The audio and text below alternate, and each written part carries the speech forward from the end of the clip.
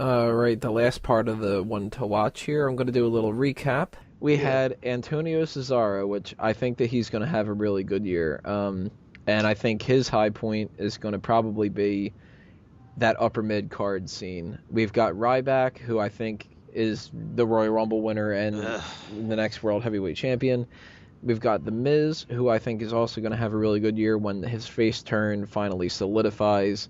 Dean Ambrose, who I think is going to make his way on to being a separate from the Shield entity that people start, maybe he gets the Intercontinental title, maybe he gets the United States title, something along those lines. We got I'm Cody Rhodes. calling him in the main event. He will be in the main event. Trust me. We got Cody Rhodes, who I think the tail end of this year is going to really be. I think the main thing with Cody Rhodes is he needs that face turn eventually.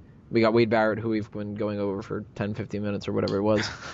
And my pick is, as much as I wanted to throw out references to Kofi Kingston not being the one to watch from like main events perspective, of just being he might have an interesting year. There's two people, and one of them's the easy answer, and one of them is the bit of the struggle. The easy answer is Dolph Ziggler. He's gonna. I think that there's a very good chance he's going to be a champion this year, and I think that he's going to finally be a main eventer. But then there's this one other person, and as much as I rag on him all the time and all that, I think one of the main people to watch for 2013 is going to be Daniel Bryan. And Yes! Daniel Bryan. Yes! Yes! And I don't mean that he's going to be the WWE champion for half the year or the World Heavyweight champion or anything like that. I think what you're going to see instead is Daniel Bryan is going to become one of those guys that they have on every single pay-per-view as that they make it a point to give him a match. Now, they did it with Shawn Michaels back when the last couple years that he was wrestling as an active member, where it didn't matter what point he was on in the card. It was just, okay, well, each card's going to have a World Heavyweight title match, a WWE title match, a Shawn Michaels match, a Divas match, and they kind of laid it out that way. I think this is going to be Daniel Bryan's year where they do that. Now, I think he's going to have a full-on face turn, and I think he's going to mostly be in the mid-card, upper mid-card scene. But like I think a Jericho role. Yeah, basically the Jericho role. Yeah, that's a good way of putting it. Where he's not going to be that guy facing The Rock at WrestleMania, or he's going to be fighting Brock Lesnar at SummerSlam or anything like that. But he's going to be that guy that they're going to have solid matches booked for him throughout the entire year, and keep himself relevant and doing so. He's going to be the fallback guy that if they ever need somebody to fill in for the main event, he might do it. When he turns face, he might face Dolph Ziggler if he becomes the champion, have a little feud with him. He might have a standard feud with somebody like, well, he already did with CM Punk, but he could have a feud with a Cody Rhodes or Dean Ambrose or Antonio Cesaro. I think for sure they're going to have a feud. I think it boils down, though, to Ziggler is going to be that guy who is the main event one to watch. Daniel Bryan's going to be that upper mid-card one to watch and a real focal point. Well, Tony, I want to piggyback off of what you were saying about Daniel Bryan, which is totally ironic that you picked him because Shawn Michaels was the guy that actually trained him. So right. I do actually see that going down. No, it was the guy who took his money. It wasn't the guy who trained him. Regal did the real work with that one. He did do the real work, but Well, see, since he's associated with a British guy, he's not going to get pushed. Well, no, he's actually American, and if you have a birth certificate to prove where you're birthed, it's fine. If you're born in America, you're good. But to bring up Daniel Bryan, though, it's kind of good that you said that because to see him and Ziggler go at it, which would be kind of good to rehash the whole him and AJ thing, which would be kind of good, too. Have a whole love triangle thing going on, so, I mean, that might have something to go on. Not to mention they had a brief rivalry like 2 years ago, too. Yeah, exactly. Bragging rights. Right. So we had a little hiccup there, and you probably won't be able to tell because I'll be editing this, but we lost Chris Jester right after we were talking about Daniel Bryan and Dolph Ziggler and all that. So essentially, does anybody have any other thoughts about Dolph Ziggler or Daniel Bryan being the one to watch? I think they both are two major superstars to watch. Ziggler off the end of this year, it looks like they really do have somewhat of at least of a plan to keep him relevant throughout the year. Like at least, he had like stop and start pushes kind of 2011 going into 2012. He But, beat they get, John Cena twice. Yeah, you can't really like. well, Say yeah, much well, about but on that, top of that, it looks like, they're really, really actually behind this guy for once, though. I don't mean no Yeah. harm. Finishing man- segments and whatnot. Like, yeah, I don't know if he'll be a main event, or I could see him kind of taking a Jericho role like Bryan too. But he's definitely going to probably have the best year of his career up to date for 2013 for sure. As for Daniel Bryan, I don't think it's too crazy to think he could maybe hold a world title or two this year. They may not be the longest reigns in the world, but I definitely see his popularity, giving him something. Well, as far as Daniel Bryan goes, I'm sorry. As far as Dolph Ziggler goes, this man was a fucking male cheerleader, so he definitely deserves a push. You get hats off to me just on that bullshit alone. I'm sorry. So And that's why I think that they're going to actually put Miz on the back burner for the time being, because it looks like it's already written in the stone for Dolph Ziggler to actually at least get the world title.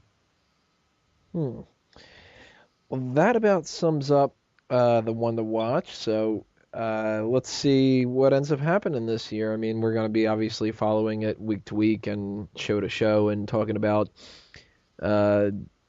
who's fallen down the ranks, who's rising up, and all that other kind of stuff. I don't know if we're going to keep track of this throughout the whole year and, I don't know, give points to each other for who got them right and all that kind of stuff. But who knows? Maybe that'll be worth something at the end of the year awards or something like that.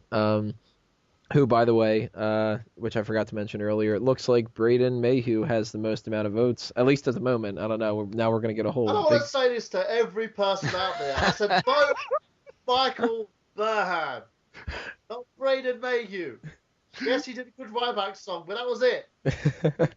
You fucking bastards.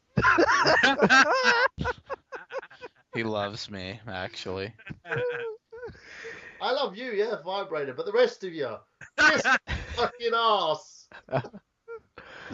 Call you a vibrator? So, No, Tony, it's not on. Not at all.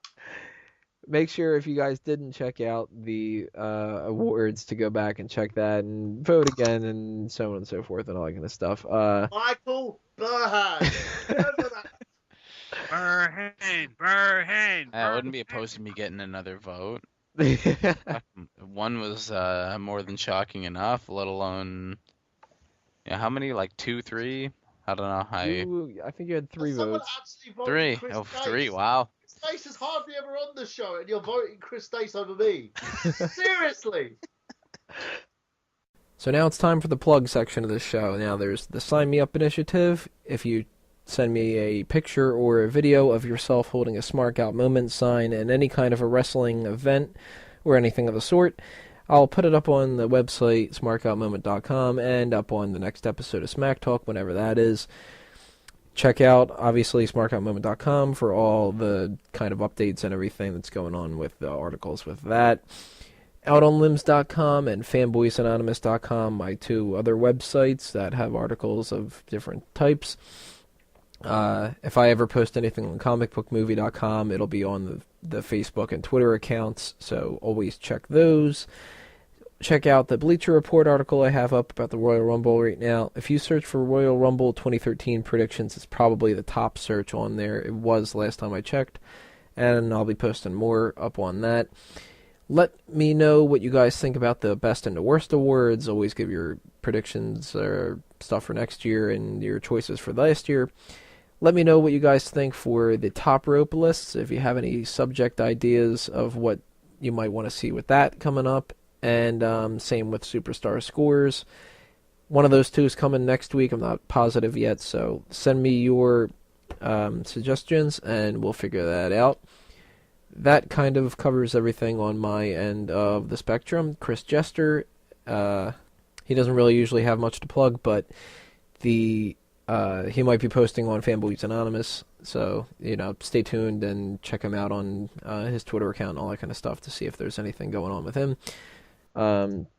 So on behalf of him, I'm sure he wants to say goodbye and all that kind of stuff. If he pops back up, I'll let him do it. But Graham, you go first. Or second, Yeah, I should sure. say. Yeah, sounds good. You guys, I have my own Facebook page. You guys can like me on Facebook, Graham GSM Matthews. You can follow me on Twitter and tout at CM_us_GSM. You guys can find me on Bleacher Report just by simply searching Graham GSM Matthews. You guys can listen to my Spoilers podcast every Thursday evening at 5:30 p.m. Eastern Central on blogtalkradio.com/spoilers podcast, as well as my other radio show at pw247.net every Wednesday night at 10 p.m. Eastern Time, as well as my YouTube page, Ted DiBiase Priceless 9, and my personal website for all the WWE, TNA, rumors, recaps, and more at nextwrestling.weebly.com. All right, let's go to Alfonso. I really don't have that much to say, just one thing. I'm very happy to be here! Yes! Yes! Fuck you too! Carlos. Give me a minute. Assholes. Just like my cousin Alfonso, don't have that much. Don't have that much. I usually just post comments on my Facebook page, carloscovington.com, and that's about it for me. All right, Braden, throw out the Spood B spelling. Yeah. I've already spelt it enough. But if you remember from Tony's really long things that he needed to kind of have a list roll call, he talked about the best and worst of WWE for the year of 2012 awards. I, of course, being the great contributor that I am, did a video response to all 10 parts. That's a shot at Burhead for not doing it yet. That was not actually a shot, really. Scotland, and I came back Okay, and I had loads of other stuff going on. Come on. Yeah. It was not a shot at Burhan at all. It's just saying, Fuck yeah, you, if Brandon. Fuck you. what I was saying was, the people that are subscribed to this channel probably seen at least some of those videos. Take your time, watch my response, see what you have to say about them. I would love to get comments from the Smack Talks Market Moment audience, because obviously my viewers, I already warned them in advance, obviously don't give a shit about wrestling. So it'd be nice to hear some sort of outside feedback. And of course, my channel is Spood Beast. It'll probably be in the description of this video. No need to spell it. And yeah, as I said, I don't even need to give you the name of it. If you're gonna go to a video response, all you gotta do is just click on the video response and find it, and then you'll find my channel. But yes, it'd be lovely if anybody could talk on my awards videos responses. Those would be really nice. And you can also check out Braden's post on Fanboys Anonymous. Oh, that'd be nice too. Which I forget what it was. Kingdom Hearts, right? Yes, it was about getting a second sequel. It was about getting Kingdom Hearts 3. Yes. All right, well that's it then. Screw Burhead. No, just kidding. All right. Is that how it is, Tony? Throw it on us, Mike. Is that how it is? You starting off the year the right way without fucking around with you. Do you know what I mean? I come out from Scotland for this. Honestly. Oh, you missed us. I did. You can add me on Facebook. It's Michael Burhan. Or as Nick put it, Michael Burhan!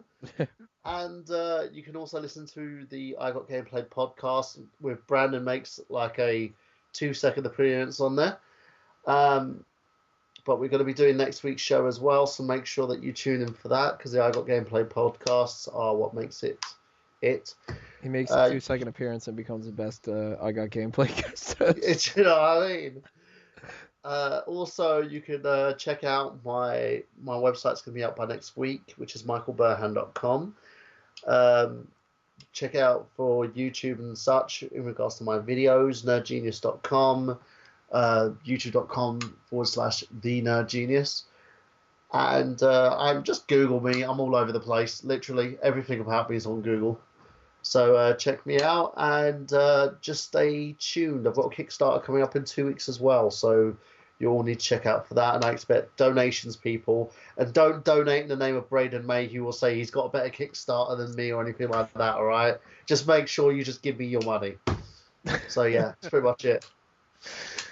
Well, that should wrap us up then for episode 61. The new year starting off very well, and we're just going to keep it rolling all this year long. So thank you again for watching and listening and everything, everybody. We will see you next time. This has been another Smark Out moment, and we're being counted out. Adios, everybody.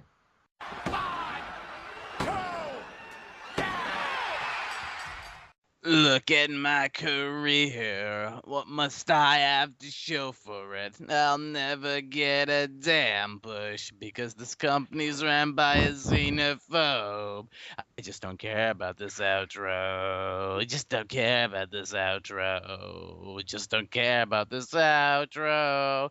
I'll never get a push. Never sniff a world title. Nothing more than a career mid-carder. I see titles will belong to me. Oh shit. I don't know what's the worst song, this one or his actual song. Yeah. Better. We need to get you to do the older version, the one that was even worse. Oh yeah, that one's like. Oof. I don't care what you want, brother. Actually, that would start at I don't even know where you put an out to that. That would just start right off the bat from I'll never get a push, never world title, nothing more than a career mid-carder. Yeah. There's your first outro of the year, everybody. That's the first potential nominee.